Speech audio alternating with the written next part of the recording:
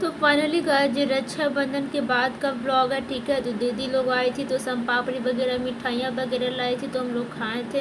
फिर भैया दी सभी चले गए। तो देखिए यहाँ पे हेलो गाइस, आज बहुत दिनों बाद सावन ख़त्म हो चुका है तो मैं जा रही हूँ एग रोल खाने। ठीक है, तो आपको मिलते हैं। गाइस देखिए यहाँ पे है रोल, सभी के अपने अपने निकल चुके हैं। ये देखिए आज रोल पार्टी हो रहा है गाइस, रोल पार्टी। और ये मेरी। तो फाइनली गाइस मैं लास्ट में लेकर आ रही थी तो भैया बोल रहे थे कि इसमें चाउमीन भरा हुआ है, लेट से देखते हैं। तो मैं ज़्यादा ऑयली फूड वगैरह नहीं खाती हूँ। ठीक है, तो ये आया था बाज़ार से पैक्ड होके, तो ये रहा कुछ देर तक कैसा हो गया। सो फाइनली गाइस मैं खा रही हूँ, बट मुझे नमक कम लग रहा है तो मैं यहाँ पे नमक रखी हुई थी भाग्य से, तो मैं थोड़ा सा नमक भी ले लेती हूँ क्योंकि नॉर्मल नमक मुझे अच्छा नहीं लगता उतना, तो थोड़ा सा मतलब कम नमक अच्छा नहीं लगता तो नॉर्मल मैं खाती हूँ। तो ये थोड़ा सा नमक ले लेती हूँ इसमें।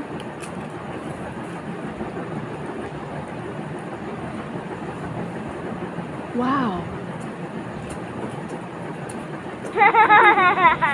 बाकी एग रोल तो अच्छी बनी है।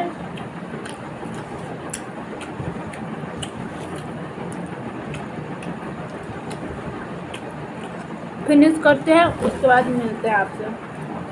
फाइनली गाइस जब मैं जा रही हूँ रोटी बनाने, सब्जी तो ऑलरेडी बन चुकी है। इसकी ऐसी शेप होती है और यहाँ पे दी देखिए कुछ कुछ बनाएगी, यहाँ पे आपको बाद में दिखाऊंगी। देखिए गाइस फर्स्ट रोटी हम बना चुके हैं और यहाँ पे बाकी है, यहाँ पे तावा है और यहाँ पे बन है। तो गर्मी हो रही है भाई साहब ज़्यादा।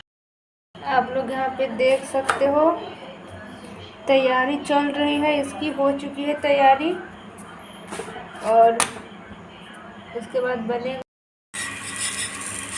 ये देखिए गाइस बचका बन रहा है, अटोए का पत्ता है का बचका बन रहा है गाइस, खा लो आगे।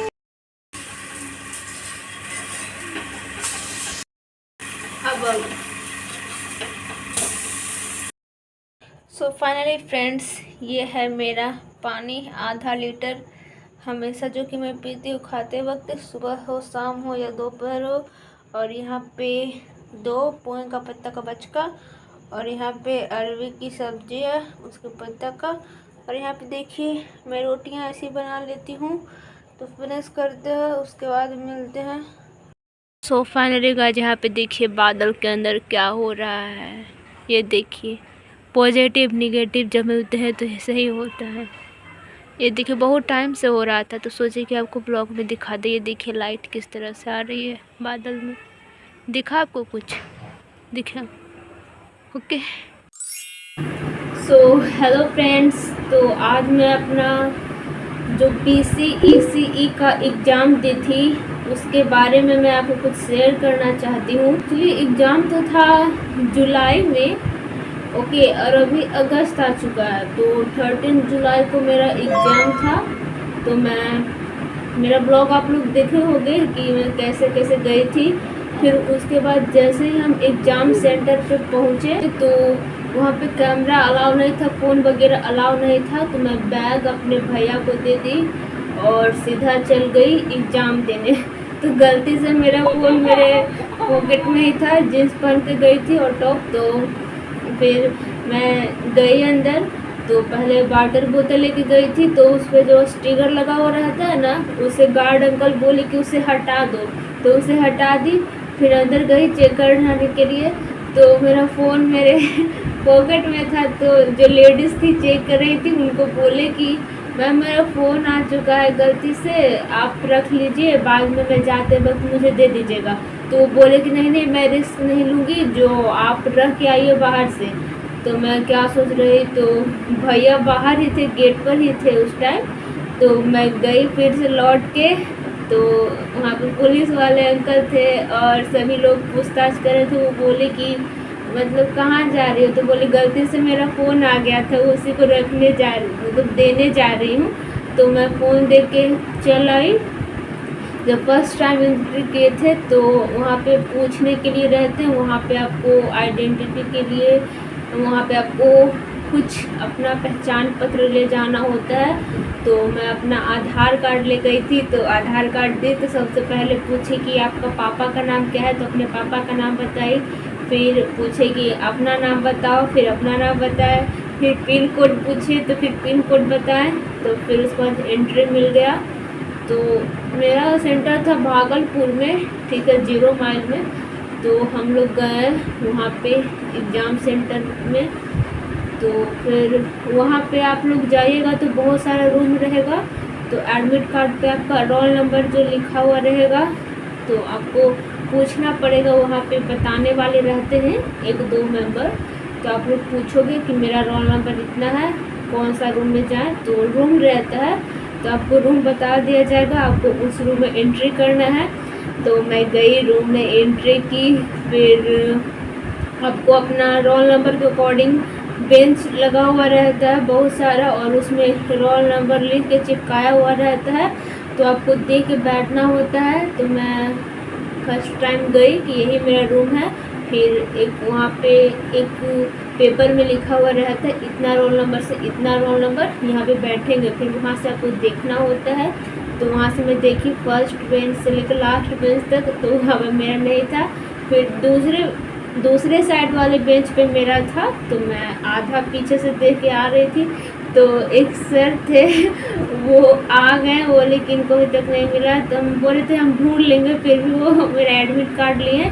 फिर बोले कि यहाँ पे है। तो मेरा सेकेंड बेंच पे मेरा था सीट।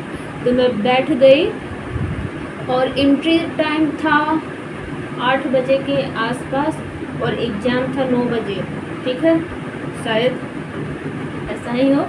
तो 1 घंटा, मतलब कि हम लोग बहुत पहले ही से चल गए थे वहाँ पे, 7:30 बजे के आसपास ही चल गए थे हम लोग।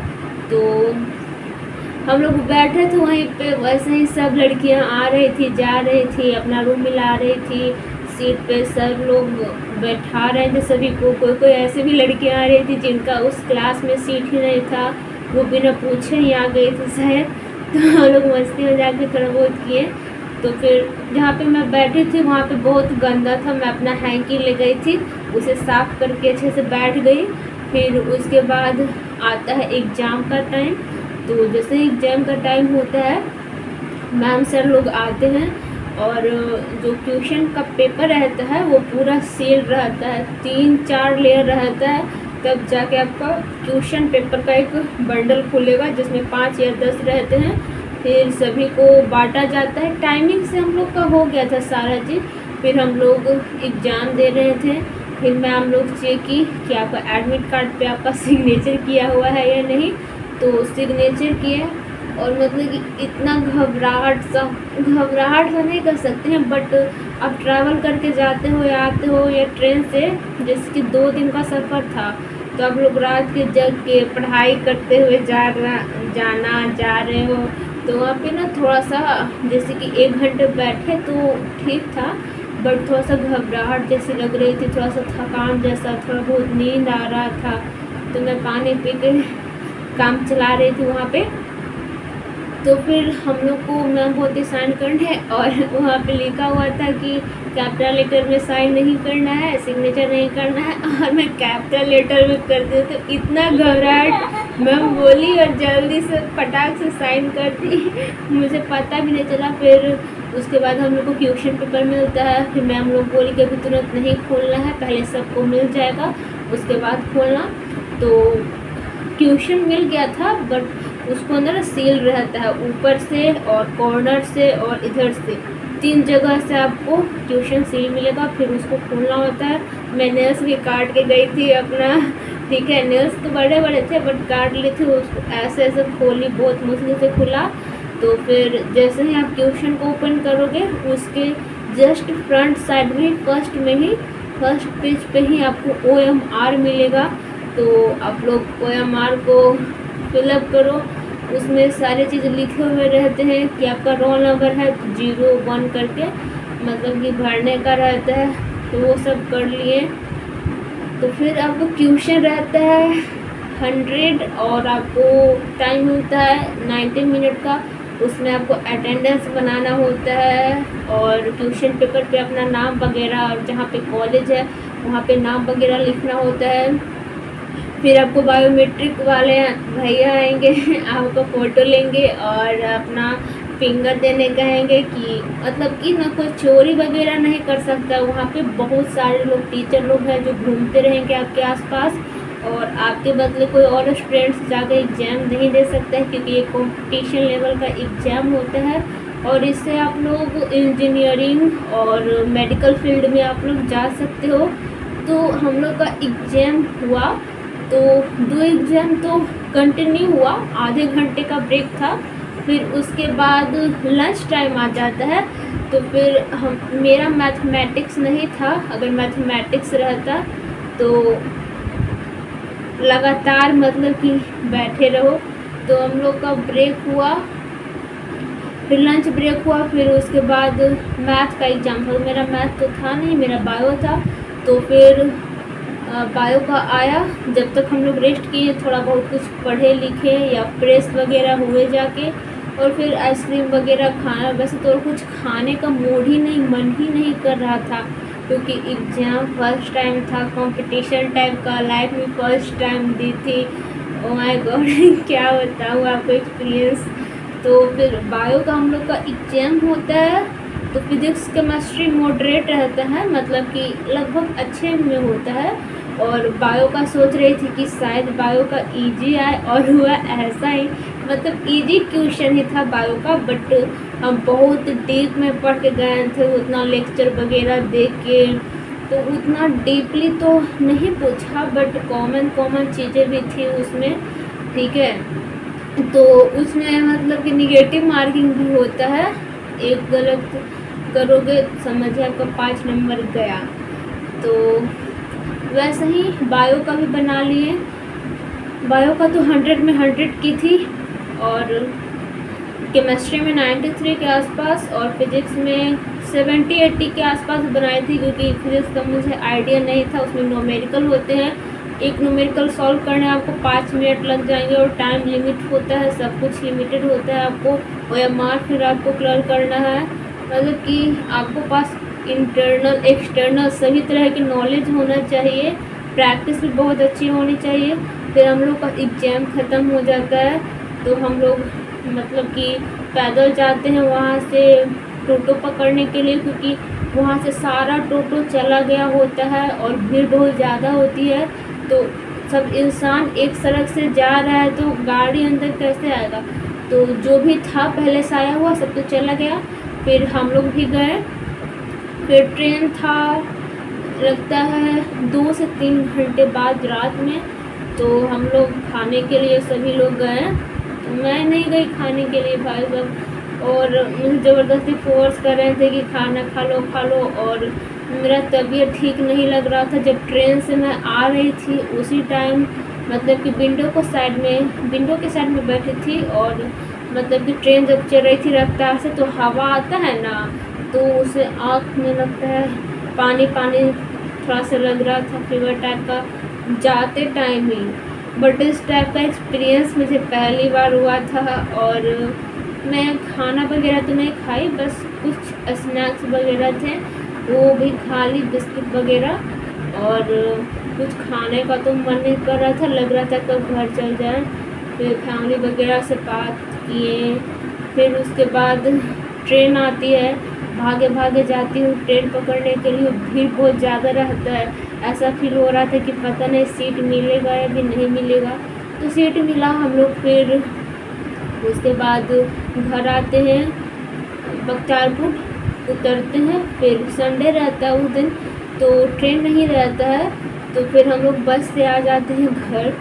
फिर घर आते हैं, मेरा तबीयत ख़राब हो जाता है भाई साहब, क्या बता, बहुत बुरी तरह से मेरा तबीयत ख़राब होता है, उल्टियाँ होती है, बॉडी पेन होता है और बहुत सारी मतलब सोचिए हाल बुरा हो गया मेरा। तो बस 1 मंथ से ज़्यादा हो गया ये सब चीज़ों का।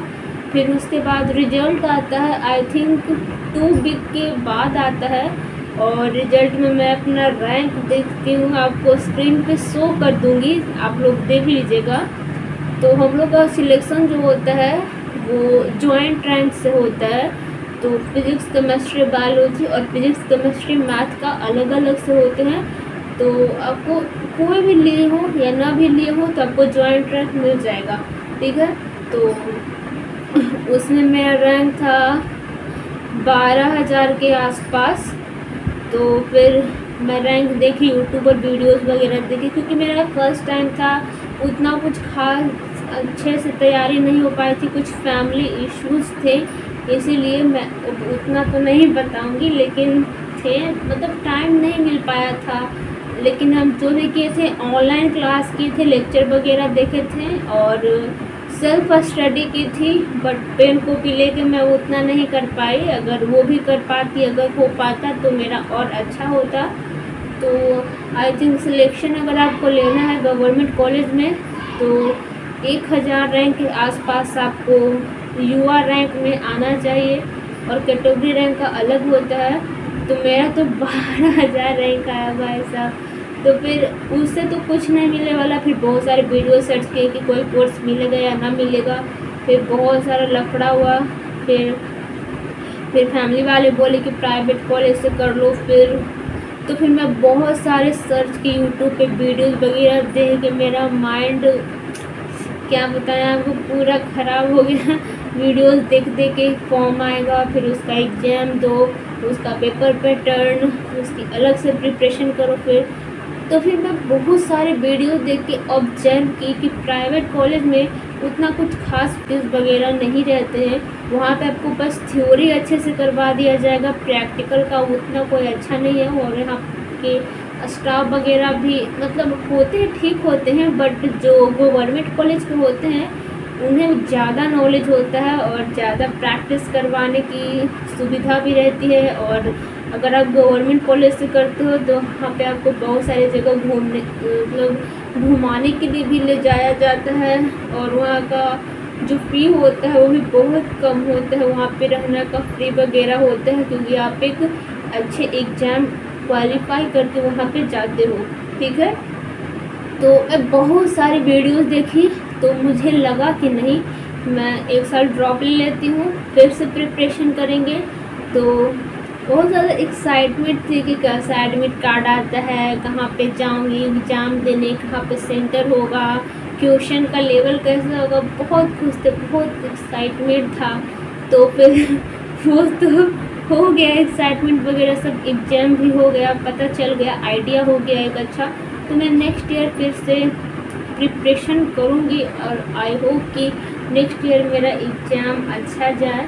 तो बस यही था, मैं क्वालिफाइड तो हो चुकी हूँ, और बहुत सारे लोगों का रैंक भाई साहब 40,000 50,000, यहाँ तक कि हम यूट्यूब के कमेंट्स में 93,000 रैंक देखी हूँ। जी हाँ, 93 रैंक।